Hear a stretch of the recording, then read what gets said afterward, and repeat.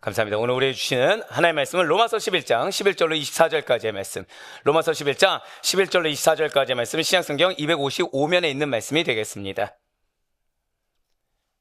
로마서 11장 11절로 24절까지의 말씀, 신약성경 254면, 255면에 있는 말씀 우리 한 절씩 교독하신 후에 마지막 24절 말씀은 한 목소리로 합독하도록 하겠습니다. 제가 먼저 11절 말씀 읽도록 하겠습니다. 그러므로 내가 말하노니 그들이 넘어지기까지 실족하였느냐? 그럴 수 없느니라. 그들이 넘어짐으로 구원이 이방인에게 이르러 이스라엘로 시기나게 함이니라. 그들의 넘어짐이 세상의 풍성함이 되며 그들의 실패가 이방인에는 풍성함이 되거든 하물며 그들의 충만함이리요. 내가 이방인인 너희에게 말하노라. 내가 이방인의 사도인 만큼 내 직분을 영광스럽게 여기노니 이는 혹 내 권력을 아무쪼록 시기하게 하여 그들 중에서 얼마를 구원하려 함이라. 그들을 버리는 것이 세상의 화목이 되거든 그 받아들이는 것이 죽은 자 가운데서 살아나는 것이 아니면 무엇이리요? 지상하는 처음 익은 곡식가루가 거룩한즉 떡덩이도 그러하고 뿌리가 거룩한즉 가지도 그러하니라. 또한 가지 얼마가 꺾이었는데 돌 감람나무인 내가 그들 중에 접붙임이 되어 참 감람나무 뿌리의 진액을 함께 받는 자가 되었은즉 그 가지를 향하여 자랑하지 말라. 자랑할지라도 내가 뿌리를 보존하는 것이 아니요 뿌리가 너를 보존하는 것이니라. 그러면 내 말이 가지들이 꺾인 것은 나로 접붙임을 받게 하려 함이라 하리니 옳도다. 그들은 믿지 아니함으로 꺾이고 너는 믿음으로 섰느니라. 높은 마음을 품지 말고 도리어 두려워하라. 하나님이 원 가지들도 아끼지 아니하셨은즉 너도 아끼지 아니하시리라. 그러므로 하나님의 인자하심과 존엄하심을 보라. 넘어지는 자들에게는 존엄하심이 있으니 너희가 만일 하나님의 인자하심에 머물러 있으면 그 인자가 너희에게 있으리라. 그렇지 않으면 너도 찍히는 바 되리라. 그들도 믿지 아니하는데 머무르지 아니하면 접붙임을 받으리니 이는 그들을 접붙이실 능력이 하나님께 있음이라. 내가 원 돌 감람나무에서 찍힘을 받고 본성을 거슬러 좋은 감람나무에 접붙임을 받았으니 원 가지인 이 사람들이야 얼마나 더 자기 감람나무에 접붙이심을 받으랴. 아멘. 할렐루야. 네, 주님께서 너무나도 사랑하시는 우리 아데포의 교회 성도 여러분들을 정말로 주님의 환영하고 축복합니다. 특별히 그 어느 때보다도 자, 지금은 무엇이 시작되었죠? 은혜가 시작되었죠. 네, 은혜를 사모함으로 이 명절 가운데 나는 은혜 없으면 못 살겠습니다. 난 정말 주님이 전부입니다. 거짓말이라도 아멘이죠. 감사합니다. 이렇게 나오신 여러분들을 정말 너무나도 환영하고 축복합니다. 우리 옆에 있는 분들한테 이렇게 인사하실게요. 그런 당신 하나님께서 너무 사랑하십니다. 자, 한 번 더 인사하실 때 그 하나님이 당신을 굳게 붙들고 계십니다. 자, 마지막 한 번 더요. 우리는 은혜로 붙들림을 받은 자들입니다. 연성을 믿으십니까? 정말로 하나님의 이런 붙드심을 믿고 계십니까? 그러면 정말 그렇게 경험하고 계시나요? 이쪽은 작아졌어요. 이쪽은 작아졌어요. 사실 처음 인사를 이렇게 드린 이유가 있다는 거죠. 그것은 오늘 설교 제목이 무엇입니까? 자, 저를 한번 고백해 보실까요? 붙잡힌 가지, 다시 열린 길. 네, 오늘 설교 제목이 바로 붙잡힌 가지, 다시 열린 길이기 때문이라는 거예요. 그렇습니다. 진실로 저와 여러분은 하나님께 붙잡힌 자들입니다. 그리고 이렇게 하나님께서 붙잡아 주셨기 때문에 우리는 구원의 길이 다시 활짝 열린 자들이에요.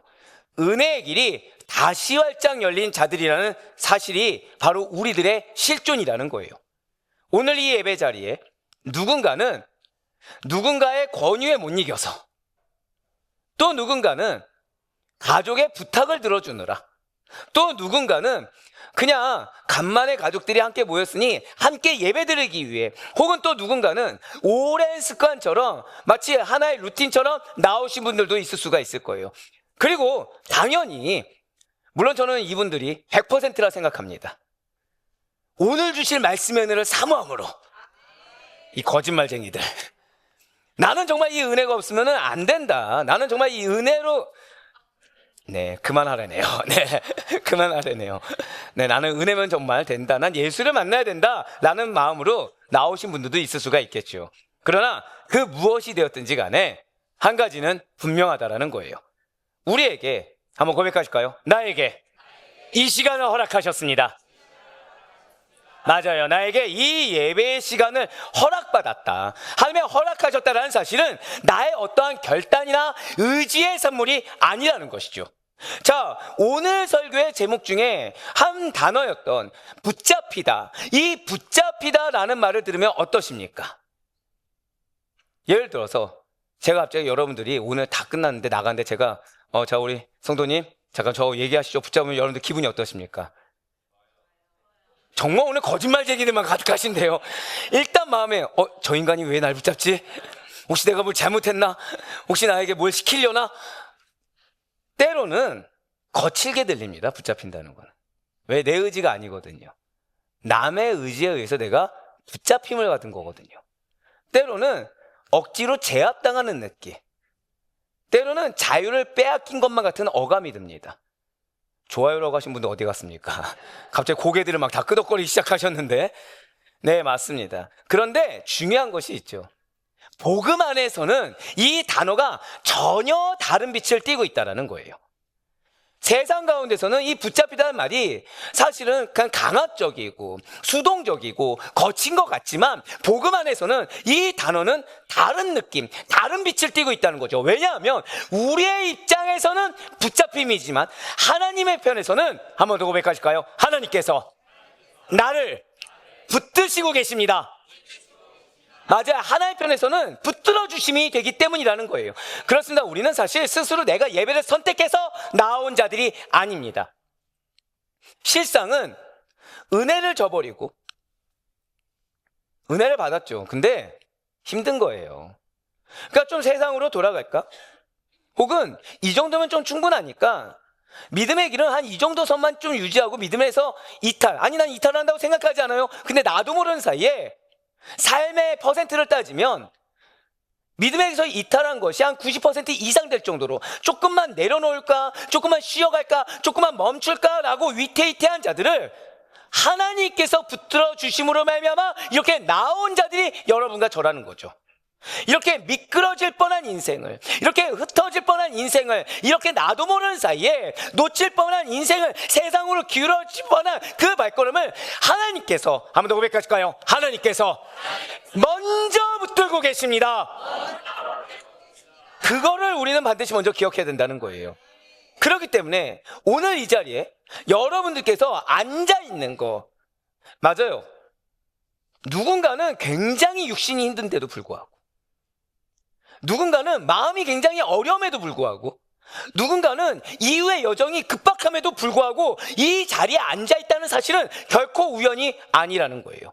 습관도 아닙니다. 단순한 종교적 책임감도 아니라는 거예요. 그럼 무엇입니까? 옆에 있는 분한테 이렇게 인사하시겠습니다. 이미 은혜가 임했습니다. 바로 그거예요. 이미 이 자리에 앉아있는 것이 은혜라는 것이죠. 우리의 예배는 죄송하지만 내가 시간을 들여서, 내가 내 마음을 들여서 하나님께 무언가를 해드리는 행위가 결코 아닙니다. 그렇다면 무엇이란 말입니까?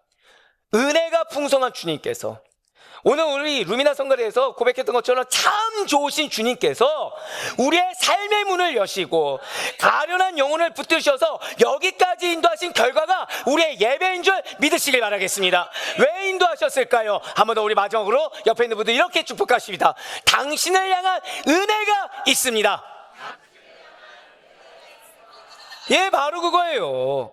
그러니 오늘 이 명절의 분주함 속에서도 세상 속으로 먼저 흩어지지 않고 예배 자리로 먼저 붙들림을 받은 여러분들을 축복할 수밖에 없다는 것이죠. 이렇게 붙들림 받은 것이 은혜다. 그 사실을 반드시 잊지 않는 우리 모두가 되게 간절히 소망합니다. 그리고 오늘 본문 말씀이 바로 이것을 우리에게 이야기해 주고 있다는 거예요. 너의 형편이 어려우냐, 너의 마음이 어려우냐, 너의 욕심이 힘드냐, 하지만 너가 붙들림 받는 것이 은혜요, 이 은혜가 너의 삶을 바꾸는 것이다. 먼저 오늘 보니 로마서 11장 11절 말씀 보도록 하시겠습니다. 그러므로 내가 말하노니 그들이 넘어지기까지 실족하였느냐? 그럴 수 없느니라. 그들이 넘어짐으로 구원이 이방인에게 이르러 이스라엘로 시기나게 함이니라. 아멘.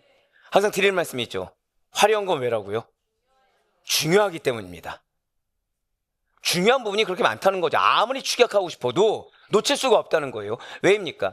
지금 사도 바울은 그냥 이야기하는 것이 아니에요. 매우 긴장된 질문으로 시작하고 있습니다. 노란색으로 표현된 물어보시길 바래요.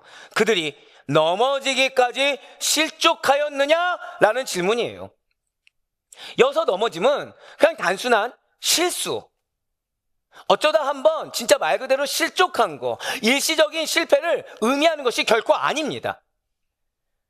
의도적으로 불순종하거나 알면서도 모른 척하거나 고집 부리면서 배척하는, 한번 고백하실까요? 고의성을 담은 행동. 맞아요. 여기서 넘어짐은 의도성이 있습니다. 고의성이 있어요. 아는데 이런저런 명분을 대서 안 하는 거죠. 아는데 이런저런 명분을 둬서 마음을 열지 않는 겁니다. 아는데 그 말씀을 이런저런 핑계를 대서 거부하고 있다는 거예요. 바로 그것이 넘어짐입니다. 맞습니다. 분명히 이스라엘은 알고 있어요. 하지만 의도적으로 메시아를 받아들이지 않았습니다. 의도적으로 거부했어요. 의도적으로 나의 고집과 나의 생각을 선택해버렸습니다. 그리고 그 결과 그들은 넘어짐, 영적인 실족을 경험해버렸다는 것이죠. 그러나 사도 바울은 곧바로 이어서 너희들의 넘어짐, 이스라엘의 넘어짐이 최종적 파멸을 의미하지 않는다라고 말하면서 한 번 더 보여주세요. 붉은색으로 뭐라고 이야기합니까? 단호하게 그럴 수 없느니라 라고 선언하고 있다는 거예요. 왜이겠습니까? 녹색으로 표현된 부분을 보시기 바라요. 오히려 이스라엘의 넘어짐은 누군가의 일어섬이 되어서 구원의 문이, 은혜의 문이 기회가 없을 법한 이방인에게 열리는 계기가 되었기 때문이라는 거예요. 그렇습니다. 이스라엘의 고의성 가득한 그 거절은 하나님의 계획을 무너뜨린 것이 결코 아닙니다. 복음이 민족의 경계를 뛰어넘어서 세계로 확장되는 계기가 된다는 거예요. 우리 한번 고백하실까요? 어느 것도 단언할 수 없습니다. 맞습니다. 우리가 때로 실수하고 실패할 수 있어요. 하지만 죄송하지만 그 실수와 실패가 끝이 아니라 누군가는 하나의 복음이 확장되는 계기가 될 수 있고, 또한 나 역시도 기회가 없는 것처럼 여겨질 수 있어요. 나 역시도 변화될 것 같지 않은 것처럼 여겨질 수 있어요. 하지만 나는 또 다른 누군가로 말미암아 은혜를 입는 수혜자가 될 수 있다는 사실을 잊지 말아야 된다는 거예요. 그런데 바로 여기서 이 시점에서 우리는 매우 조심해야 된다는 거죠. 무엇입니까? 그렇다면 이스라엘이 만약에 이렇게 넘어지지 않았다면, 만약에 이스라엘이 이렇게 실족하지 않았다면 이방인은 구원을 받지 못하는 것입니까? 이거 역시 결코 그렇지가 않다라는 거예요. 진실로 하나님의 계획은 처음부터 유대인과 이방인 모두를 포함하고 있었습니다. 자, 아브라함에게 주어진 약속이 무엇이었습니까? 땅의 모든 족속이 너로 말미암아 복을 얻을 것이다 라는 고백하실까요? 보편적 약속. 보편적 약속이었어요. 그러므로 지금 이스라엘이 실패했기 때문에 그 자리를 이방인으로 대체한 것이다 라는 식의 이해는 복음을 왜곡한 거라는 거죠. 누가 실패했으니까 이 자리를 무언가로 메꾸기 위해서 이방인으로 메꾸어줬다, 이것 자체가 복음을 왜곡한다는 것입니다. 왜입니까? 진실로 하나님께서는 어떤 정해진 당신의 계획을 위해, 그 구원의 숫자를 위해 민족을 교체하는 분이 아니십니다. 우리 한번 더 고백하실까요? 나를 끝까지 붙드십니다. 맞아요. 끝까지 붙들어 주십니다. 약속을 주시면 내 상태가 어떠하든 반드시 기회를 주시고 반드시 끝까지 붙들어 주시사 우리에게 은혜의 주체로 남아 계시는 분이 우리 하나님인 줄 믿으시길 바랍니다. 다만 이스라엘의 넘어짐이라는 것이, 한번 고백하실까요? 하나의 계기입니다. 맞아요. 이스라엘 넘어짐이라는 것이 이방인의 구원이 역사 속에서 본격적으로 확장되는 하나의 결정적인 계기가 되었다라는 것이죠. 이스라엘의 다침이라는 것은 이스라엘의 불순종이라는 것은, 이스라엘의 그 고집이라는 것은 복음의 방향을 세계로 돌려놓았습니다. 이스라엘의 거절이라는 것은 하나님의 자비하심이 열방으로 흘러가게 하는 통로가 되었다는 거예요. 바로 이것이 하나님의 주권적 섭리이며 신비로운 일하심의 증거인 것입니다. 인간의 불순종조차 하나님의 손에서는 구원의 도구로 사용되어진다는 거예요. 넘어짐이 끝이 아니라 경륜 속의 한 과정이자 파편으로 사용되어진다는 거죠. 물론 이 자리에 계신 여러분들은 그럼 나도 실수해도 되겠네, 나도 고집 부려도 되겠네, 왜? 그럼 나로 인해서 누군가가 은혜를 받고 누군가 기회를 받으니까 라고 생각하는 어리석은 자는 없기를 간절히 소망합니다. 왜요? 생각해 보세요. 하나님은 여러분들에게 은혜 주기를 작정하셨습니다. 포기하시겠습니까? 포기할 자는 없다는 거죠. 은혜가 중요합니까? 감정이 중요합니까? 은혜가 중요합니까? 고집이 중요합니까? 지금 들리시죠? 우렁찹니까? 작습니까? 은혜 정말 사모하십니까? 오늘 정말 거짓말쟁이들로 다 모였네요. 정확히 말씀드릴까요? 은혜는 사모하죠. 가급적이면 내 감정도 안 상했으면 좋겠어요. 은혜를 사모하죠. 나는 고집이라고 하지만, 신념이라고 이것이지만 내 뜻대로 되길 원해요. 근데 하나님은 그럴 수가 없다는 거예요. 누구든지 나를 따르려거든 자기를 부인하고 자기 십자가를 지고 나를 따를 것이니라. 이게 주님의 음성입니다. 나를 부인하지 않으면 주님을 따를 수가 없어요. 나를 부인하지 않으면, 십자가를 지지 않으면 주님을 따를 수가 없습니다. 왜냐하면 우리는, 이 죄된 육신은 죄된 세상에 속해서 복음보다는 누구 소견에 오른 대로, 내 소견에 오른 대로 가기를 즐겨하는 자들이기 때문입니다. 맞아요. 이스라엘은 넘어졌습니다. 네, 감사하게도 최종적인 파멸은 아니었어요. 오늘 본문인 로마서 11장 12절 말씀을 이어서 보시겠습니다. 그들의 넘어짐이 세상의 풍성함이 되며 그들의 실패가 이방인의 풍성함이 되거든 하물며 그들의 충만함이리요. 아멘.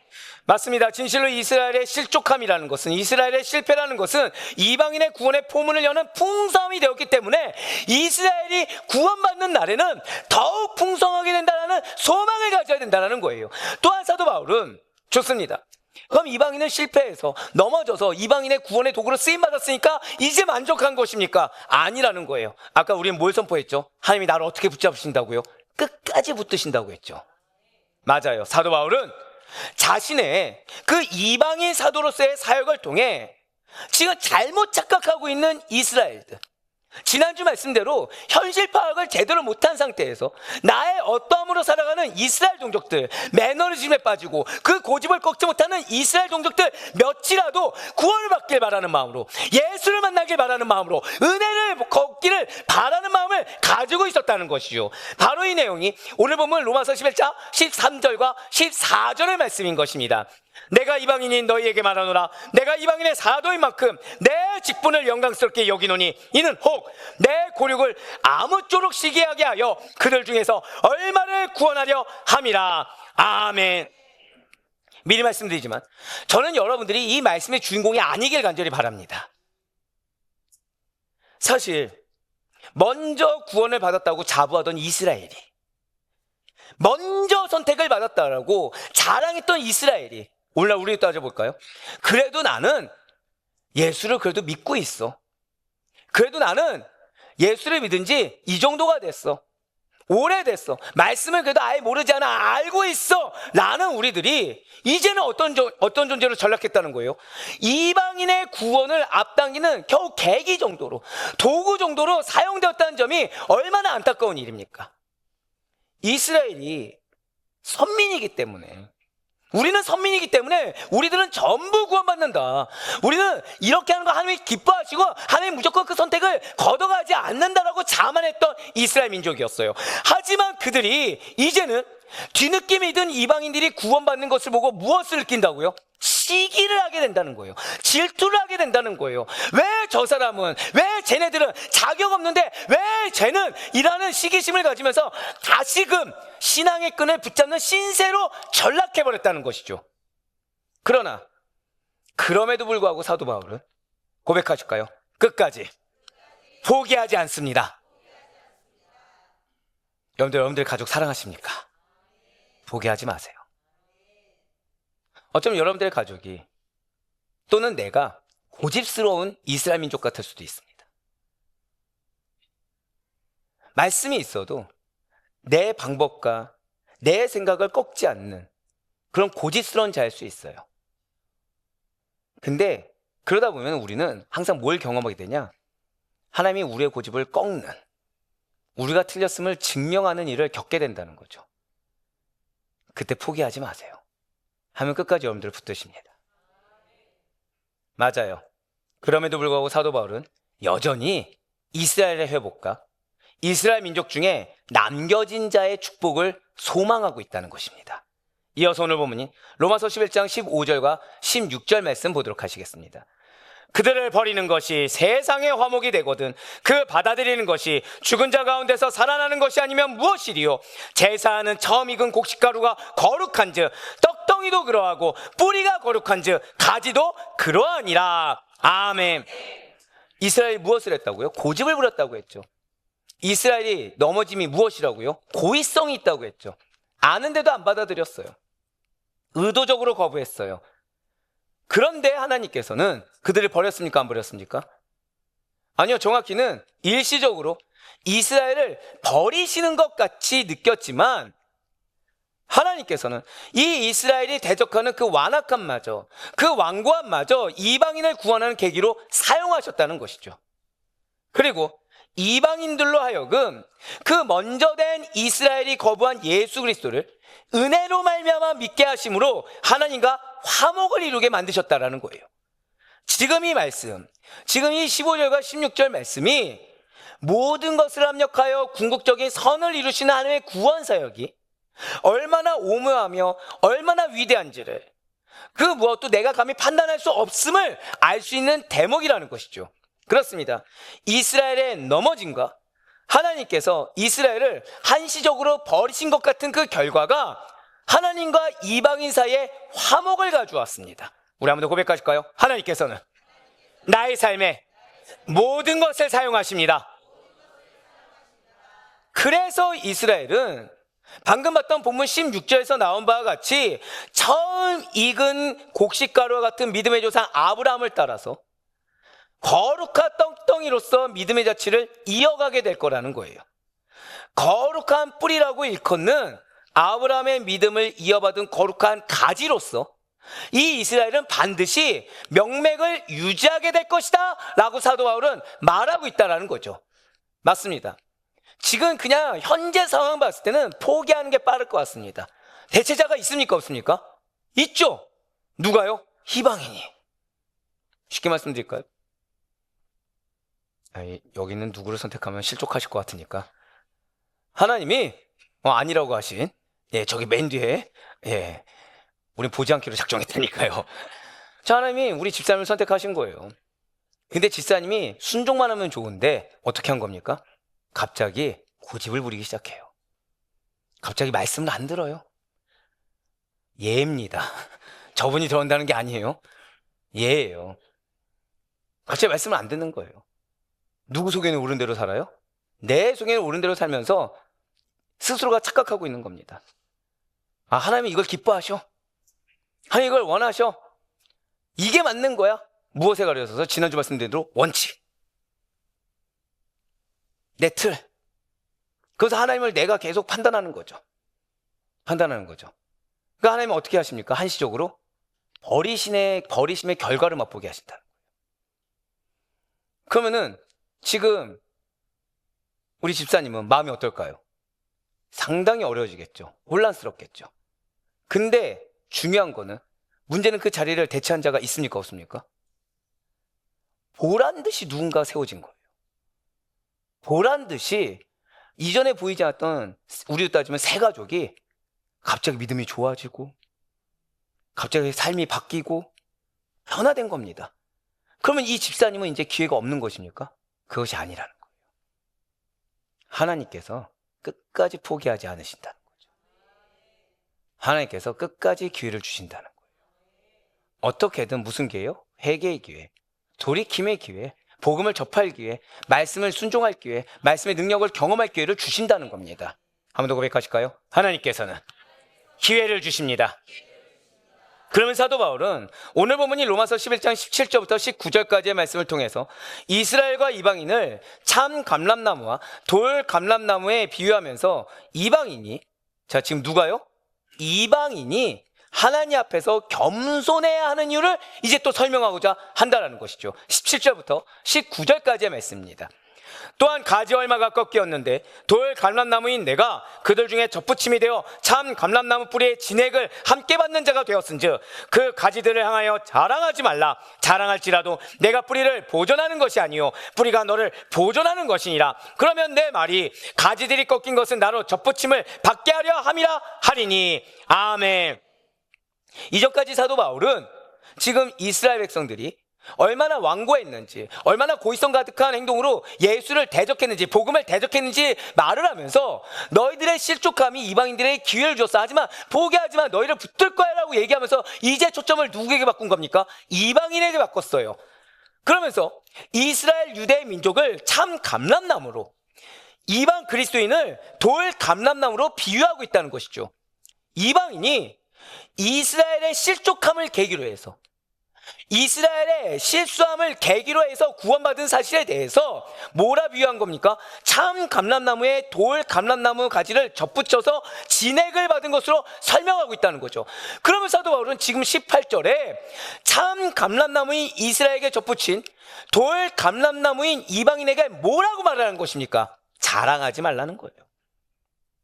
경고하는 겁니다. 이방인들이 지금 버려진 유대인들을 보면서 경멸하는 거죠. 자신들의 위상이 구원받은 자로 격상된 거에 대해서, 그리고 자신의 깨달음을 지금 이스라엘들이 깨닫고 있습니까? 못 깨닫고 있습니까? 못 깨닫는 거에 대해서. 그리고 자신은 그 말씀을 받고서 삶의 실천에서 열매를 맺는데 이스라엘은 지금 맺고 있습니까? 못 맺고 있습니까? 못 맺고 있는 거에 대해서 스스로 자랑하며 스스로 의스대고 스스로 교만하게 군다고 한다면 먼저 구원받았음에도 불구하고 하나님의 은혜를 망각해서 실족한 유대인과 너희가 무슨 차이가 있겠느냐라고 경고하고 있다는 거예요. 우리 한번 고백하실까요? 절대로 자랑해서는 안 됩니다. 그렇습니다. 이스라엘과 이방인 모두 다 구원에 있어서 하나님의 은혜 외에는 아무런 공로가 없습니다. 이스라엘은 내가 먼저 구약의 율법을 받았어. 내가 하나님을 더 많이 알았어. 나는 말씀을 잘 알아. 그리고 우리의 민족이 하나님을 더 오랫동안 잘 섬겼어. 그러니까 나는 이 정도를 누릴 권리가 있다라고 거들먹거려서는 절대 안 됩니다. 이방인들 역시도 그러했던 이스라엘이 넘어짐을 보면서 고소해하고 어리석다고 정죄하며 무시해서도 안 된다라는 거예요. 자, 오늘 본문에 말씀의 제목이 무엇입니까? 붙잡힌 가지, 다시 열린 길이에요. 붙잡힌 가지, 다시 열린 길. 오늘 말씀의 제목이 왜 이럴까요? 우리가 흔히 아닌 것처럼, 여러분들 참 감람나무, 돌 감람나무는 여러분들 뭐 생각하죠? 우리는 누구에게 붙잡힌 바 됐다? 예수님께. 우리는 예수님의 구원에 들어갔다. 예수님께 접한 바 됐다. 딱 그냥. 그래서 여기 뭐라 쓰면 됩니까? 우리는, 우리의 정체성은 그리스도인입니다. 우리는 예수님께 붙들렸습니다. 이러면 되는데, 붙잡힌 가지, 다시 열린 길. 이 제목이 담고 있는 뜻이 무엇입니까? 이스라엘은 하나님께 붙잡힌 가지예요. 그렇기 때문에 비록 지금은 넘어졌지만 은혜로 말미암아 다시 구원의 열린 길로 나아갈 수 있다는 거예요. 한 번 더 고백하실까요? 넘어졌을 때 포기해서는 안 됩니다. 때로는 내 신앙에 대해서 의구심이 들 수 있습니다.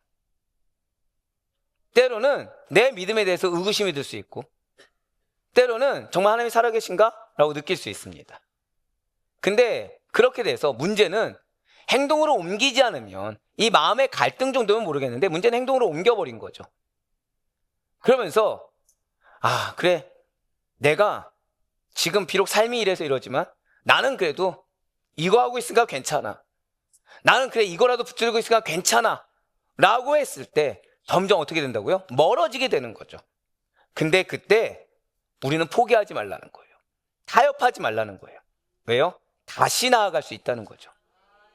또한 이방인은 이스라엘의 넘어짐으로 인해서 하나님께 붙잡힌 가지가 되어 멸망할 수밖에 없던 운명이 전복되어 다시 하나님의 백성으로 거듭난 회복과 구원의 길로 들어갔음을 이야기하고 있다는 겁니다. 사실 오늘 본문은 너무 중요한 본문이에요. 많은 분들이 나는 포도나무여 너희는 가지라, 그 말씀 때문에 그냥 우리 나무에 딱 붙어 있으면 된다 이렇게 생각하고 말아버리는 본문 중에 하나가 또 오늘입니다. 요한복음 말씀과 결부시켜서 이건 그거의 연장선인가 보다라고 생각해버리고 치부해버리고 말아버리는 말씀이 오늘이라는 거죠.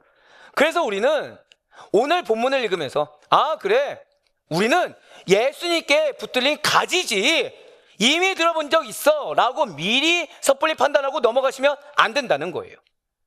그냥 단순하게 이스라엘이 의도적으로 고의성을 가지고 복음을 배척했지만 그 계기를 통해 하나님께서 이방인 구원의 포문을 다시 활짝 여셨다는 거지.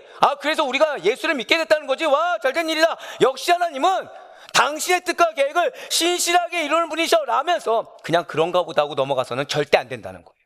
한 번 더 고백하실까요? 내 삶에 실제가 돼야 합니다. 맞아요. 지금 사도 바울이 오늘 본문에서 말하고자 하는 핵심은 이스라엘의 넘어짐, 잘 기억하셔야 돼요. 이스라엘의 실패 원인이 무엇이냐라는 거예요. 이 말씀의 핵심이 무엇이라고요? 고백하실까요? 이스라엘은 왜 실패했는가? 그거예요. 이스라엘이 넘어져도 완전히 버리지 아니하시고 다시 구원의 기회를 주시는 거 맞아요. 하지만 우리 역시도 그래서 난 넘어져도 괜찮아가 아니라는 거죠. 아까 그래서 미리 말씀드렸잖아요. 내가 넘어져서 여러분들 은혜를 사모하십니까? 은혜 필요 없습니까? 사모하시죠. 우리는 은혜가 필요합니다. 근데 그래서 은혜가 내가 필요한데 그냥 나는 넘어져도 나와 전혀 상관없는 사람이 나로 인해 일어날 것이니까 나는 계속 넘어지고 포기하고 나는 하나님 싫어하는 행동만 할 거라고 할 사람이 누가 있겠습니까?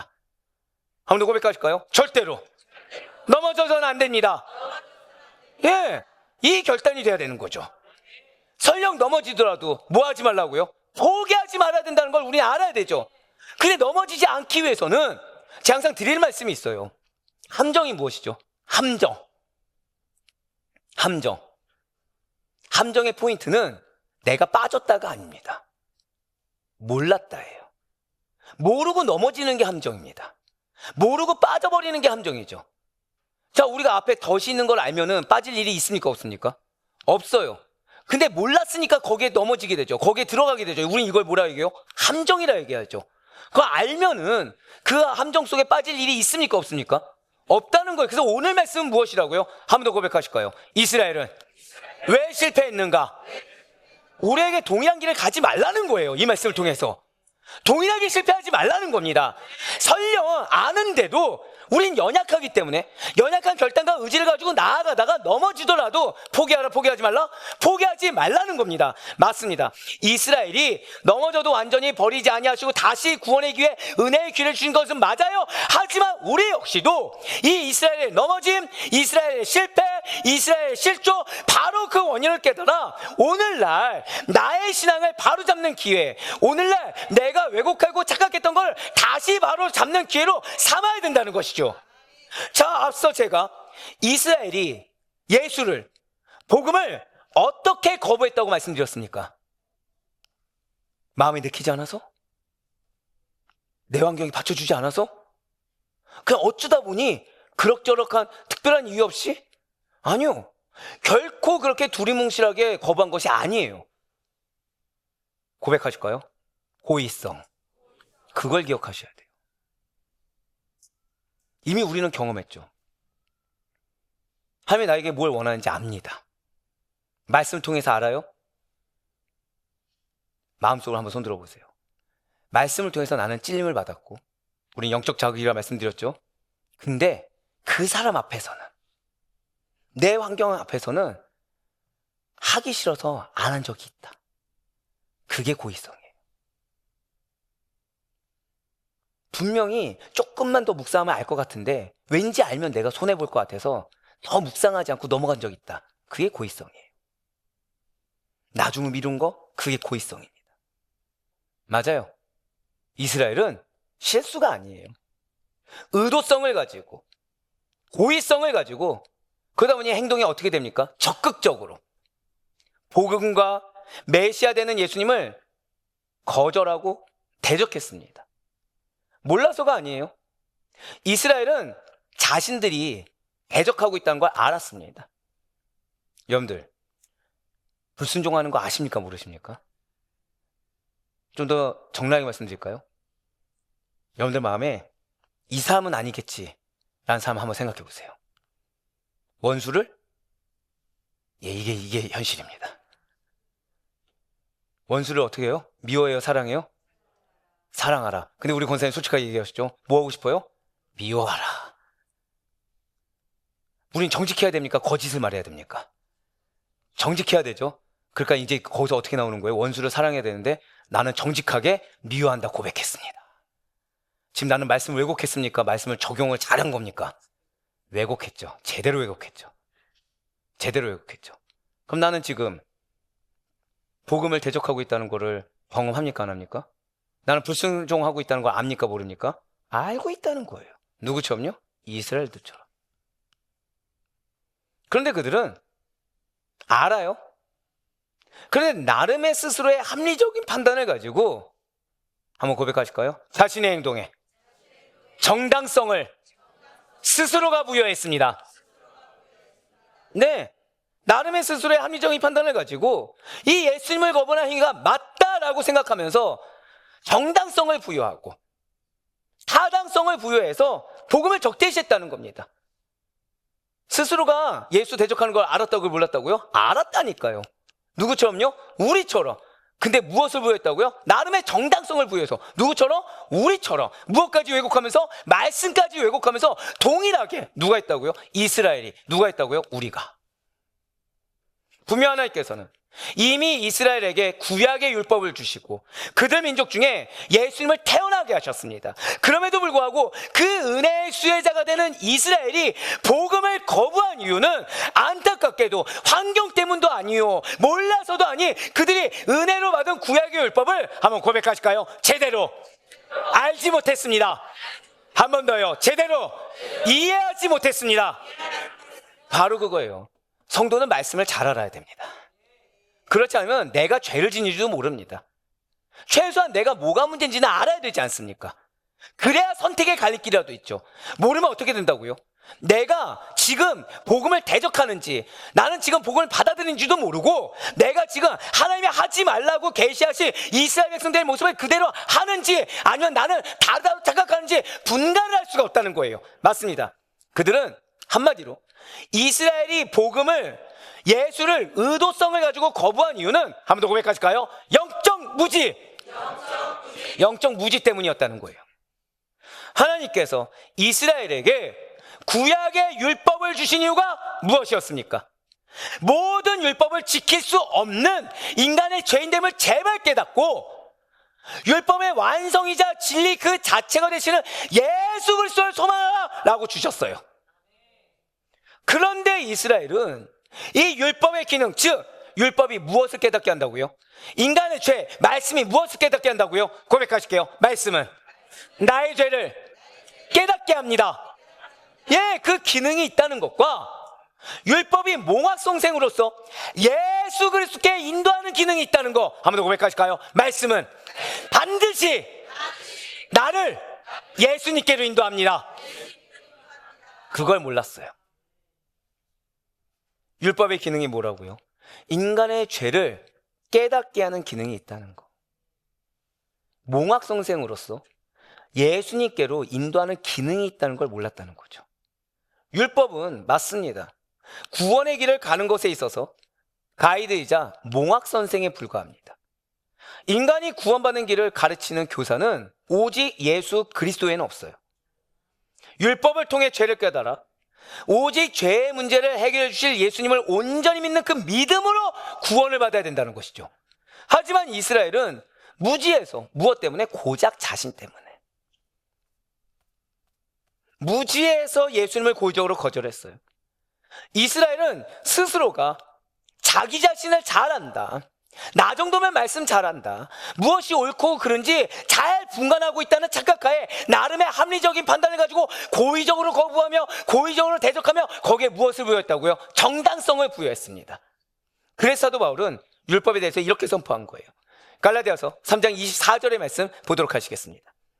이같이 율법이 우리를 그리스도께로 인도하는 초등교사가 되어 우리로 하여금 믿음으로 말미암아 의롭다함을 얻게 하려 함이라. 아멘. 바로 이 말씀을 몰랐던 이스라엘의 영적 무지를 발표하도록 할게요. 이스라엘은 율법은 무엇을 깨닫게 한다고요? 인간의 죄를 깨닫게 하는 기능이 있다. 이것을 어떻게 잘못 이해했을까요? 자, 이제부터가 정말 중요하죠. 이스라엘은 이 율법의 행위로 자신의 공로를 쌓아 스스로의 죄를 덮는 데 사용했습니다. 한번 고백하실까요? 나의 공로. 오늘 이 단어를 잊어서는 안 돼요. 이 단어를 잊어서는 안 됩니다. 분명 율법은 나의 죄를 바라보는 거울입니다. 항상 드리는 말씀이 있잖아요. 내 문제를 깨닫고 인정하는 건 은혜입니다. 문제를 알아야 개선하거든요. 근데 내가 뭐가 문제인지 모르는 것 자체가 문제입니다. 근데 말씀은 그걸 깨닫게 한다는 거예요. 그러니까 여러분들이 설교 말씀 들을 때 거북하십니까? 아주 해피하십니까? 이제 정직해지시네요. 그게 정상입니다. 왜죠? 찔려야 되거든요. 자, 나는 한 주간 하나님 보시기에 기뻐하는 일들만 행했다. 내 생각과 마음은 하나님이 칭찬하게 합당하고 지금 나는 애녹같이 들려올라가도 나는 족할 정도다. 계십니까? 나는 지금 하나님이 내 앞에 딱 오셔도 나는 자랑스럽다. 난 자신 있다. 계십니까? 아니, 우리는 감히 그렇게 얘기 못해요. 왜죠? 죄를 지었거든요. 언어든 행동이든 생각이든 마음이든 찜찜한 것들이 있습니다. 방금 뭐라 표현 드렸어요? 찜찜한 것이 있어요. 네. 정말 이쪽 라인을 축복합니다. 거짓에서 정직으로. 찜찜하거든요. 왜 찜찜할까요? 맞아요. 인정하긴 싫은데 안 하면 안 될 것 같은. 왜 여러분들 그런 거 있잖아요. 지금 우리가 구정 연휴잖아요. 구정 연휴 때 여러분들 보통 이제 설 선물들 하시죠. 근데 애매한 사람이 있습니다. 네. 해야 될까 말아야 될까. 근데 문제는 넘어갔어요. 근데 하필이면 길 가다가 그 사람 만납니까 안 만납니까? 떡하니 만난 거예요. 근데 하필이면 그 사람이 저한테 선물을 줍니까 안 줍니까? 하필이면 준 거예요. 그럼 마음이 어떻죠? 찜찜합니다. 말씀드릴 때 어떻다고요? 찜찜해져요. 그게 왜라고요? 인정을 하기 싫은데 지금 이 말씀은 지금 나를 인정하라고 하는 것 같고. 자, 아까 같은 경우에 선물을 주면 편하죠. 축복합니다. 그러니까 이 말씀 앞에서도 똑같아요. 인정하면 편하죠. 근데 인정이 돼야 한대요. 안 되니까 하나님은 어떻게 하시죠? 계속. 제가 귀에 못이 박히도록 하는 말씀 있죠. 성경의 몇 %가 회개다? 90% 이상이에요. 90% 이상이에요. 우리는 다 알고 있죠. 성경은 누구를 계시하고 있다고요? 예수님. 예수님을 만나야 은혜를 받습니다. 근데 예수님을 만나는데 성경이 몇 %가 회개를 얘기하고 있다고요? 그럼 만나기 위해서 뭐가 필요하다고요? 회개가 필요하죠. 회개가 뭡니까? 죄를 깨닫고 돌이키는 거. 그러니까 말씀에는 반드시 찔림이 있어요. 영적 자극이 있습니다. 내가 뭘 잘못했는지 깨닫게 해요. 근데 그거를 인정하면, 받아들이면 말씀의 기능을 제대로 한 겁니까 못한 겁니까? 한 거죠. 그러면은 내 안에서 역사 못한 거는 말씀이 부족해서입니까? 내가 대적해서입니까? 맞아요. 내가 대적해서죠. 맞아요. 율법은 나의 죄를 바라보는 거울입니다. 하지만 이스라엘은 내가 율법을 지키고 있고 그 말씀대로 행하면 하나님께서는 나에게 빚을 지시는 결과가 된다라는 고백하실까요? 공로주의적 사상. 정말 바라옵기는 오늘 이 공로주의적 사상에서 이 깨달을 수 있는 이 기회에서 벗어나지 않는 우리가 되길 정말 소망합니다. 결론부터 말씀드리면 우리는 믿음과 공로주의적 사상을 착각하고 있습니다. 하나님, 제가 율법을 이만큼 지켰으니까 상을 주셔야 합니다. 하나님, 내가 이렇게 진짜 힘든 상황에서 그래도 이만큼 율법을 지키려고 했었고 하루에 선행 3번을 했으니까 나한테 복을 주셔야 합니다. 하나님, 내가 선행을 3번 해야 복 받는다는 이 율법 할라카의 말씀을 지키기 위해서 나는 정말 싫은데, 나는 할 수가 없는데, 그래도 마음은 없어도 저상 앞에 이렇게 얘기하고 이렇게 했으니까, 순종했으니까 이제는 나에게 축복을 주셔야 됩니다 라는 이러한 잘못된 생각을 하면서 이 율법을 지킨 자신들의 공로를 앞세우는 공로주의에 빠져 있었다는 거예요. 자, 그렇다면 이러한 이스라엘의 공로주의적 사상이 오늘날에도 있겠습니까, 없겠습니까? 안타깝게도 너무나 당연히 있다는 거죠. 그냥 있는 정도가 아니라 아주 팽배해 있다는 거예요. 자, 학생이 공부하면 누가 좋습니까? 이제는 솔직함을 넘어서 적나라해지기 시작했습니다. 축복하고 사랑합니다. 예, 죄송해요. 지가 좋죠. 여기다는 이렇게 했어요. 본인이라고 했지만, 네. 한 번만 더요. 지가 지식인이 되고, 지가 학업 수준을 선취하며, 지 꿈을 이루는데, 많은 힘과 도움이 되는 게 누구 공부예요? 자기 공부입니다. 참 여기서 지 공부라고 못하겠네요. 그런데 이 학생이, 자, 이스라엘의 공로주의적 사상에 빠지면 무슨 말을 할까요? 내가 어려운데 공부를 했다는 거예요. 좀 더 적나라하게요. 내 마음이 어렵고, 내 환경이 어렵고, 감정이 어려운데 무려 공부를 했다는 겁니다. 나는 그 정도 머리가 안 되는데 그래도 부모 말 순종해서 이만큼 해서 이 성적 나오는 이 안타까운 결과를 가지고서도 공부를 했다는 거예요. 그러니까 공부해야 된다라고 말한 부모가 나한테 빚을 졌다는 겁니다. 내가 해줬다라는 거죠. 그러니까 공부한 나의 열심과 나의 이 땀에 대한 보상을 부모님이, 그리고 이 사회가 해줘야 된다는 거예요. 내가 그렇게 힘들게 공부했는데 왜 부모님은 공부한 그 과정은 보지 않고 결과만 가지고 아쉬워하면서 칭찬하지 않고 왜 상을 주지 않는 거야? 아니, 왜 열심히 공부한 나를, 내가 이만큼 내 머리에 이 정도 했으면 최선을 다한 건데 왜 이 사회가 책임지지 않고 나를 내팽겨치는 거야? 왜 나를 어렵게 만드는 거야? 나를 받쳐주지 않는 우리 가정 형편이 문제야. 나를 알아주지 않는 이 사회가 문제야. 이 시대가 썩었어 라고 착각하게 된다는 거죠. 그렇습니다. 학생이 바로 이 이스라엘 공로주의적 생각에 빠져있게 되면 내가 공부한 지식으로 하나님께서 나를 보내신 데 이유가 있고, 지금 이 환경 가운데 공부하게 한 뜻이 있다는 사실을 알지도 못한 채, 그래서 나를 낳아주신 부모님을 잘 섬기고 더 부조리한 이 사회를 개혁해 나갈 책임감 있는 마음을 갖지 못하게 된다는 거죠. 자, 공로주의적 사상에 빠지면 무엇을 갖지 못하게 된다고요? 고백하시겠습니다. 책임감 있는 마음. 받으려고만 하고 내가 무엇을 하는 것에 대해서는 부담감만 느낀 상태에서 받지 않으면 안 하겠다, 나는 이미 할 만큼 했다 라는 잘못된 착각, 그것도 안 할 생각을 안 한 건 아닙니다. 정확히는 내가 하고 싶은 것만 하고 내가 해야 된 것은 안 하면서 내가 하고 싶은 거 가지고 이미 충분히 할 만큼 다 했다라는 책임감 있는 마음을 갖지 못하게 된다는 거예요. 학생만 그럴까요? 이것을 직장이나 교회에 적용해보면 어떻습니까? 직장인이 왜 직장인이 되죠? 직장인은 왜 직장인이 됩니까? 무엇을 위해서? 먹고 살기 위해서, 돈을 벌기 위해서. 그러면 직장인은 회사 그냥 딱 들어가면 돈을 줍니까? 뭘 해야 되죠? 맞아요. 일을 해야죠. 근데 문제 여기서 발생합니다. 내가 일하니까 우리 대표와 우리 회사는 나에게 빚을 졌다는 거예요. 그래서 내가 일의 수준을 어떻게 하든 말든, 역시나 나는 지금 거리도 멀고 몸도 힘들고 게다가 우리 가정 형편에 마음도 어렵고 환경도 어려운데 일을 해 주었으니까 월급은 당연하고 때가 되면 보너스도 당연하고 진급도 시켜주는 게 맞다라고 여긴다는 거죠. 그러니까 지금 내가 받는 월급에 대해서 감사함이 있으니까 늘 부족함을 느낍니까?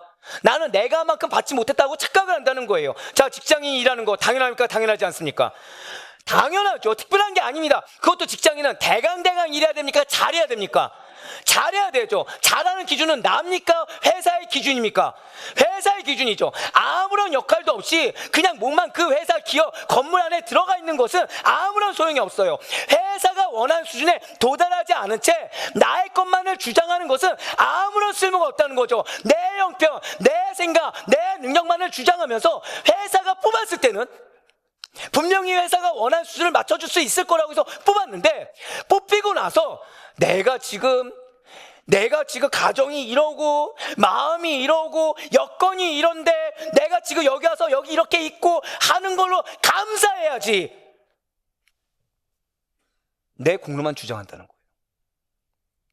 자신이 얼마나 대표 회사에게 도움이 되도록 책임감 있게 일했는지를 되돌아보면서 더 성장하려고 하는 것이 아니라, 그래서 내가 한 것보다 더 많은 것을 내가 어떻게든 지금보다 더 성장해서 더 많은 유익을 누리려고 그 책임을 다하려고 하는 것보다 그저 내 권리만 주장하면서 회사와 동료와 맡은 일이 마음에 안 들면 있는 불평 없는 불평을 다 쏟아내면서 빠르게 퇴사와 이직만을 준비한다는 거죠.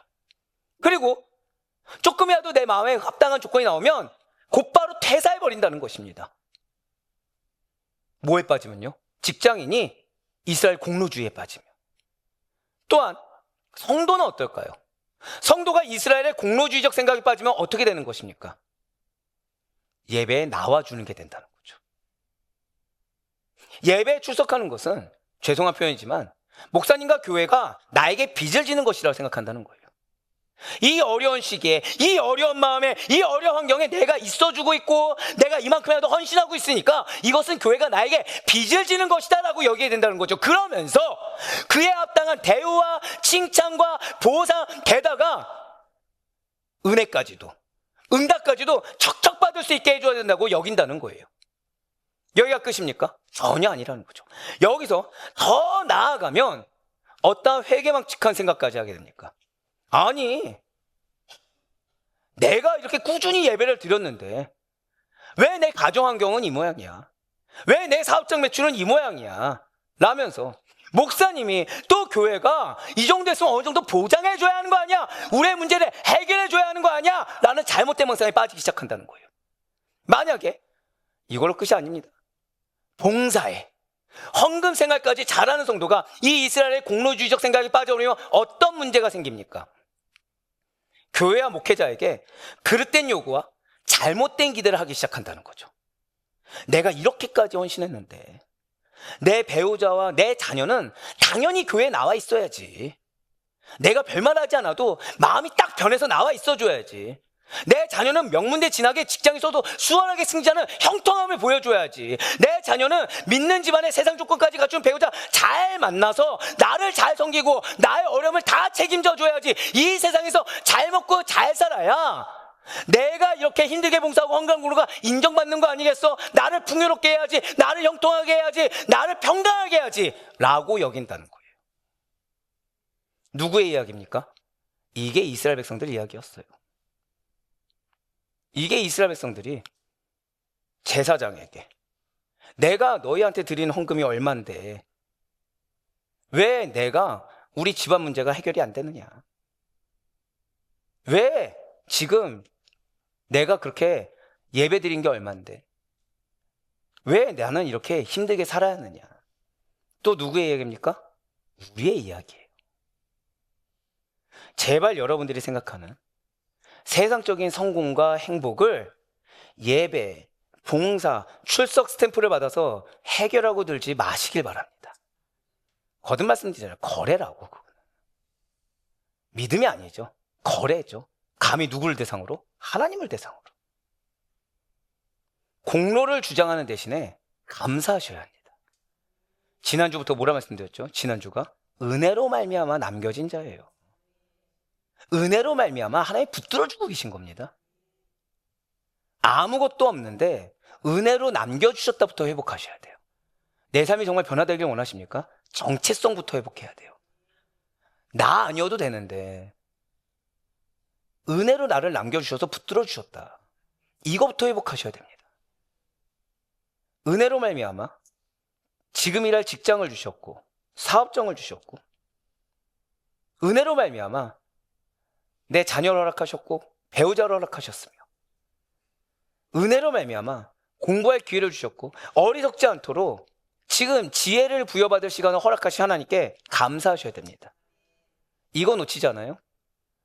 죄송한 표현이지만 설교가 얼마나 긴지, 양육이 얼마나 다양한지, 그리고 내 삶의 형편이 얼마나 나아지는지, 그런 걸 다 따지기 시작합니다. 항상 드리는 말씀 있죠.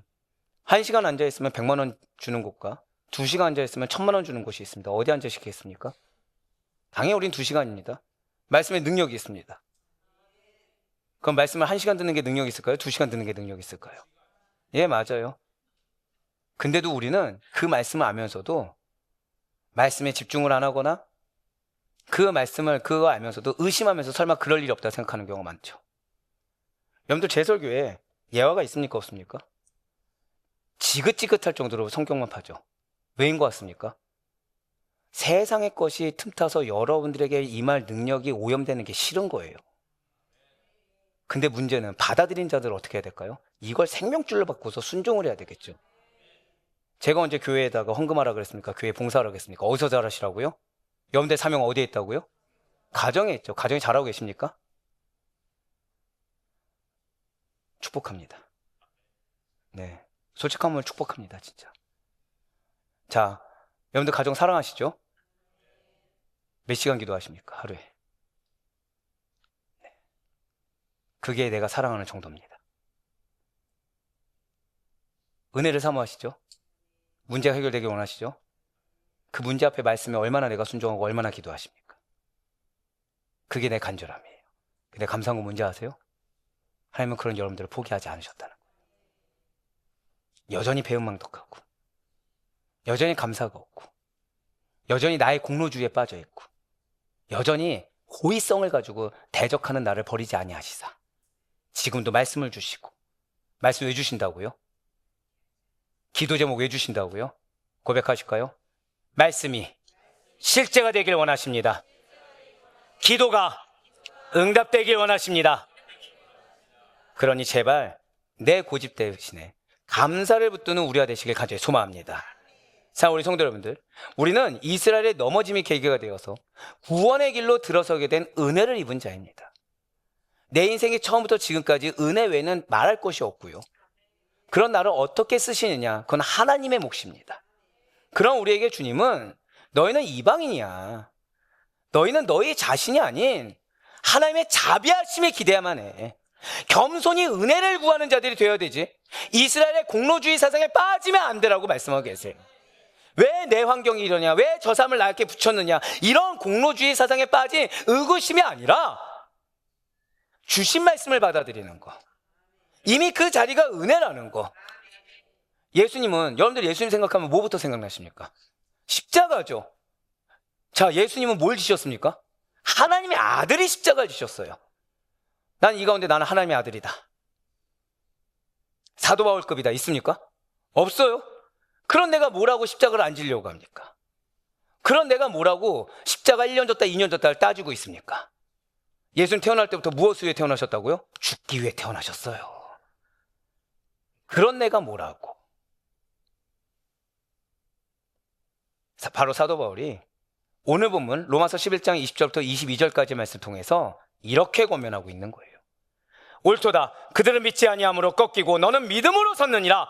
높은 마음을 품지 말고 도리어 두려워하라. 하나님이 원 가지들도 아끼지 아니하셨은즉 너도 아끼지 아니하시리라. 그러므로 하나님의 인자하심과 준엄하심을 보라. 넘어지는 자들에게는 준엄하심이 있으니 너희가 만일 하나님의 인자하심에 머물러 있으면 그 인자가 너희에게 있으리라. 그렇지 않으면 너도 지키는 바가 되리라. 아멘. 한마디로 무슨 말씀입니까? 높은 마음과 교만함은 너가 알든 모르든 인지하든 인지하지 못했든 고의적이든 실수든 이스라엘의 넘어짐만을 경험하게 될 뿐이라는 거예요. 하나님의 인자하심에, 그분의 자비하심에 머물지 않으면 전부 다 찢기는 가지가 되어 최후 심판날에 불에 불살라지게 될 거야 라고 지금 주님은 오늘 이 성경 말씀을 통해서 이 시간 강력하게 선포하고 있다는 것이죠. 무서우십니까? 무서워야 돼요. 두려워야 됩니다. 마치 어렸을 때 불에 손을 댄 친구가 커서도 그 불을 두려워해서 다시는 화상 입을 일이 없는 것처럼 우리가 정말 하나님의 진노하심이 싫고 내가 은혜를 받기를 원한다고 한다면 죄송하지만 하나님의 경고의 명령이 두려운 걸 알아야 됩니다. 우리의 교만과 나 스스로를 더 중요하게 여기는 높은 마음을 경계해야 된다는 것이죠. 이것이 바로 성경의 말씀이 증언하는 바인 것입니다. 비단 사도 바울만 이렇게 선포했을까요? 아니에요. 예수님께서도 이렇게 말씀하셨습니다. 이어서 요한복음 15장 5절과 6절 말씀 보도록 하시겠습니다. 나는 포도나무요 너희는 가지라. 그가 내 안에 내가 그 안에 거하면 사람이 열매를 많이 맺나니 나를 떠나서는 너희가 아무것도 할 수 없습니다. 사람이 내 안에 거하지 아니하면 가지처럼 밖에 버려져 마르나니 사람들이 그것을 모아다가 불에 던져 사르느니라. 아멘. 여기에 사실 핵심이 있죠. 여기에 사실 핵심이 있어요. 우리가 신앙이 언제 멀어집니까?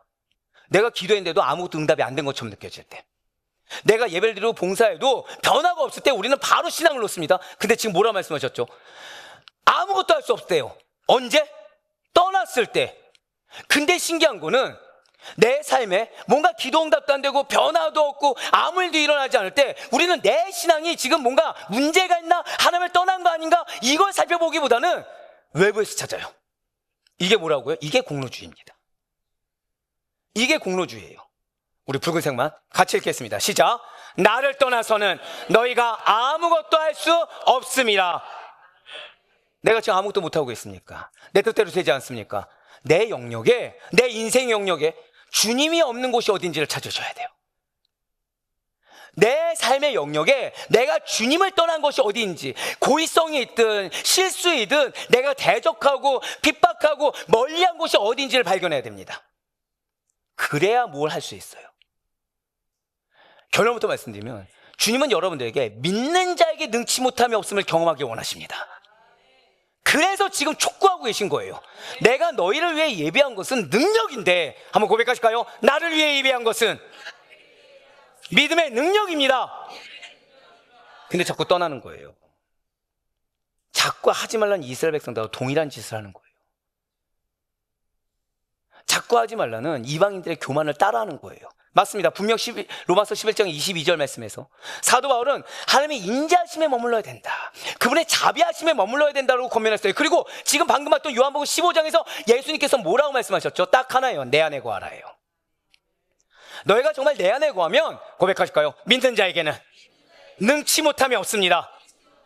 바로 그거예요. 지금 이 두 말은 서로 다른 명령이 아닙니다. 진실로 하나님의 자비하심은 그냥 자비하시나 보다, 사랑이 많으신가 보다, 어떠한 추상적인 감정이 아니라 독생자를 보내주신 사건이며 십자가로 나를 위해 십자가에 못 박히심으로 확증하신 사랑인 것입니다. 즉 이러한 하나님께서 자비하시다라는 것을 우리가 알고 어떻게 느낄 수가 있는 것입니까? 죽어 마땅한 죄인들을 위해 낮고 천한 인간의 육신을 입고 예수 그리스도께서 이 땅에 보내신 일로 말미암아 하나님은 자비하시다는 걸 느낄 수 있는 거예요. 내 일주일간이 죄악된데, 내 일주일간이 하나님이 칭찬할 것보다 찜찜할 정도로 지금 하나님 뭔가 나에게 요구하시는 것 같은데 나는 그 찜찜함이 대다수인데, 그럼에도 불구하고 나에게 뭘 주고 계세요? 좀 더 쉽게 말씀드릴까요? 금요철학 기도학교 말씀 생각나시는 분, 지금 지난 주일도 아닙니다. 그래서 그 말씀 먹고 그 말씀을 삶에 적용하신 분 계십니까? 아니, 자, 금요철학 기도학교 말씀이 뭐였죠? 시편 11편은 다 기억하실 거라 생각해요. 네, 왜냐면 어떤 분이 저한테 와서 로비를 하셨습니다. 목사님, 다음번에 저는 11편 말씀을 암송하겠습니다. 침노하는 자 축복합니다. 미리 말씀드리지만 이번 주에는 여러분들이 암송하지 않게 될 거예요. 더 침노한 자가 있었습니다. 자, 그러면은 금요 새벽 기도에 말씀 무엇이었습니까? 지금 다 팝송만 흘러나오고 있네요. 음은 알겠지만 가사를 모르는. 그럼 나는 지금 말씀을 먹은 겁니까? 안 먹은 겁니까? 먹었다고 할 수가 없죠. 자, 어제 저녁 뭐 드셨어요? 아, 말씀만 안 먹은 게 아니라 기억이 없었군요. 지금. 예. 이러면 설교가 안 되는데. 여기다 뭐라 했냐면 먹은 건 기억하면서 말씀을 기억 못하는 게 이게 우리 현실입니다 했는데 우리의 현실은 먹은 것도 기억을 못하네요. 주여 이들의 기억력을 높여주시옵소서. 주여 이들 아멘이라고요. 주여 이들에게 지혜를 더하여 주시옵소서. 야, 이 뻔뻔한 자들 같으니라고. 우리가 그렇게 말씀을 안 먹었음에도 불구하고 하나님은 계속 뭘 내리고 계세요? 여러분들 포기하지 않고 계세요. 고백하실까요? 나에게 말씀을 주시는 것이 하나님의 자비의 근거입니다. 그러므로 자, 이제 중요해요. 이런 하나님의 자비하심에 머무는 것이 곧 예수님 안에 거하는 것이고 예수님께 붙어 있는 것이 곧 하나님의 긍휼 안에 서 있는 것입니다. 그러니까 난 예수님 믿어, 난 교회 다녀, 그게 예수님 안에 거하는 것이 아니라 이 하나님의 자비하심 안에 머무는 거예요. 감사 외에는 흘러날 것이 없는 거고 나의 어떠함보다도 지금 내가 깨달을 수 있는 은혜를 주신 것이 감사한 거고 내 삶의 십자가조차도 감사한 거, 그리고 예수님께 붙어있는 거 그 자체가 하나님의 긍휼 안에 서 있는 거, 나의 어떠한 공로가 없고 예수님만 있는 거. 그렇습니다. 하나님의 긍휼하심과 자비하심은 이스라엘의 넘어짐이 계기가 되어서 구원받았음에도 불구하고 교만에 빠지기 쉬운 이방인에게 여전히 머물러 있습니다. 또한 먼저 구약의 말씀을 받았음에도 불구하고 진리 대신 메시아 예수 그리스도를 의도적으로 고의성을 가지고 거부하고 배척한 이스라엘에게도 여전히 머물러 있습니다. 한번 고백하실까요? 하나님의 긍휼하심은 여전히 내 안에 머물러 계십니다. 이 고백이 왜 귀하냐? 그러면서 이제 사도 바울은 너무나도 놀라운 소망을 우리에게 선포한다는 거예요. 마지막으로 오늘 본문인 로마서 11장 23절과 24절 말씀 보도록 하시겠습니다. 그들도 믿지 아니하는데 머무르지 아니하면 접붙임을 받으리니 이는 그들을 접붙이실 능력이 하나님께 있습니다. 내가 원, 돌, 감람나무에서 찍힘을 받고 본성을 거슬러 좋은 감람나무에 접붙임을 받았으니 원 가지인 이 사람들이야 얼마나 더 자기 감람나무에 접붙이심을 받으랴. 아멘. 그렇습니다. 말씀드린 대로 지금 사도 바울은 23절과 24절 말씀을 통해 너무나도 놀라운 소망을 우리에게 주고 있어요. 지금 사도 바울은 이스라엘이 지금은 불신앙 가운데 꺾여 있는 것처럼 보이고 지금은 불신앙 가운데 실패한 것 같고 방황한 것 같고 더 이상 회생할 힘조차 없는 것처럼 보이지만 그들이 고백하실까요? 돌이키기만 한다면 바로 그거예요. 인정하고 돌이키기만 한다면 하나님께서는 능히 다시 접붙여 주신다라는 거예요. 맞습니다. 회복의 주체는 내가 아니에요. 사람이 아니에요. 하나님이십니다. 접붙이시는 손은 나의 결단, 의지, 인간의 어떠함이 아니라 하나님의 능력입니다.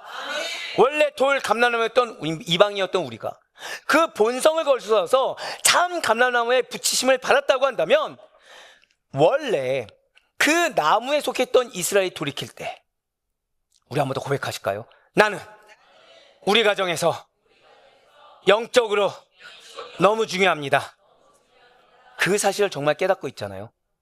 그럼 내가 실족했다고 하더라도, 내가 잠시 멈췄다고 하더라도, 내가 도망치려고 했다고 하더라도 뭐 하기만 하면 돌이키기만 한다고 한다면 다시 자기 나무에 붙여지는 것은 훨씬 더 자연스럽고 훨씬 더 분명하다는 거예요.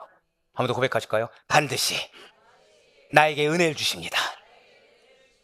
그게 훨씬 더 자연스럽고 훨씬 더 확실하다는 거예요. 그러니까 제발 돌이키라는 겁니다. 제발 고집 좀 꺾으라는 겁니다. 제발 모른 척 좀 그만하고 제발 정당성을 스스로에게 그만 부여하고 마저 고백하실까요? 공로의 주의를 버려야 합니다. 진실로 하나님의 구원은 막혀있는 문이 아니에요. 하나님의 은혜라는 것은 막혀있는 하늘이 아닙니다. 여전히 열려있고 여전히 내 머리 위에 하나님의 은혜의 창은 열려있음을 믿으시길 바랍니다. 불신앙으로 일관하며 인생을 끝내는 것이 아니라 돌이킴으로 말미암아 다시 인생을 시작하려는 의지만 보여도, 제 진짜 감사한 게 뭔지 아십니까? 여러분들이 의지를 가졌어요. 예를 들어서 여러분들의 자녀가 직장에 취직하겠다는 의지를 가졌습니다. 그랬더니 갑자기 삼성에서 러브콜이 왔어요. 이유가 왜요? 의지를 가졌다고. 있을 수 있는 일입니까? 없는 일입니까? 그쵸, 바로 아니라고 나오죠. 근데 하면 그걸 행하셨어요. 지금 금요철야 기도학교부터 뭐라 얘기하셨죠? 여러분들의 결단을 의로운 행동으로 인정하신다. 근데 또 얘기하세요. 의지만 보여도 주님, 내가 다시 시작하겠습니다. 주님, 내가 다시 일어나겠습니다. 내가 문제였습니다.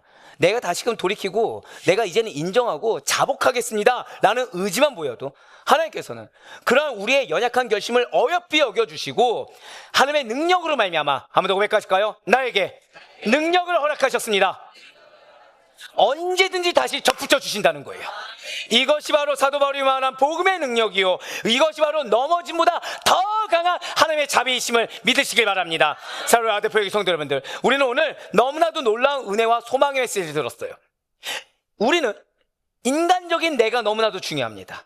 내가 중요한 거는 사명 안에 있을 때 중요한 건데, 사명은 온데간데 없고 책임은 온데간데 없고 인간적인 내가 너무나도 중요해요. 나의 상태가 너무 중요하고 나의 마음이 너무 중요하고 나의 환경이 너무 중요하고 내가 왜 이렇게 되었는지 그 동기가 되는 상처가 너무 중요합니다. 그러면서 나는 나도 모르는 사이에 공로주의에 휩싸여서 살아가고 있어요. 공로주의에 휩싸여서 살아가니 내 삶에 되는 것이 무엇이겠습니까? 아무것도 없다는 거죠. 왜요? 너희가 나를 떠나서는 아무것도 할 수 없습니다. 그냥 그 말씀대로 살았을 뿐이에요. 근데 나는 왜 할 수 없습니까? 왜 안 됩니까? 왜 이러는 겁니까? 매번 똑같은 메비우스의 띠 같은 질문만 반복하다가 인생을 허비하고 있어요. 그러나 주님은 오늘 기회를 주셨어요. 오늘 메시지를 반드시 기억하셔야 돼요. 진실로 여러분과 제가 넘어졌냐 일어섰냐, 내가 지금 뒤처졌냐 앞섰냐, 지금 내가 인정받냐 인정받지 못하냐, 내가 해결됐냐 안 해결됐느냐나, 그런 우리의 어떠함이 결코 중요하지 않다는 거예요. 저와 여러분이 하나님의 자비하심으로 말미암아, 그분의 은혜로 말미암아 예수 그리스도께 접붙여진 가지로 살고 있다는 것 그 자체가 은혜고 감사며 축복이고 소망입니다. 오늘 이 시간을 통해 더 이상 나는 하필이면 열심히 유난히 부모님께 붙잡혀 있어, 나는 하필이면 열심히 유난히 날 전도한 사람에게 붙잡혀 있어, 우리 목사님은 왜 하필 저런 성향이어서 저 목사님께 붙잡혀 있어 라고 답답해하지 마시길 바래요. 명절에, 아니 여러분들 바쁜 허다한 삶 가운데 다른 사람들이 누리는 걸 누리지 못하는 여러분들, 왜요? 예배 자리를 위해, 왜요? 믿음의 자리를 위해, 왜요? 은혜의 자리를 위해 다른 사람들이 누리지 못하는 것을 선택한 여러분들을 광대하신 권능의 하나님께서 축복하고 계심을 경험하시길 바래요. 그리고 여러분들에게 이미 말씀을 통해 약속을 주셨고 이미 말씀을 통해 회복을 주시며 이미 승리를 선언하고 계십니다. 그래, 바라옵건 없겠니? 사랑하는 여러분들의 그 모든 일생 동안 포도나무 대신 예수님께 접붙인 가지로서, 즉 우리가 접붙여졌을 때 무슨 확신이 있습니까? 구원의 확신 가운데, 승리의 확신 가운데, 그렇구나, 내가 이 찜찜함을 무시하지 않고 아멘으로 받아들이며 내가 문제를 다른 데서 찾는 것이 아니라 내 삶의 영역 가운데 하나님을 내가 대적하고 멀리 떠나보내고 모르는 척하고 고의성이 있든 실수가 됐든 내가 하나님 없이 사는 영역이 무엇인가, 그것 때문에 내가 지금 아무것도 못하고 있구나 라는 사실을 온전히 깨닫는 자, 그래서 돌이킨 자에게 더하시는 진정한 평안과 감사가 넘치는 우리 모든 성도님들의 삶이 되기를 주님의 이름으로 간절히 축원합니다.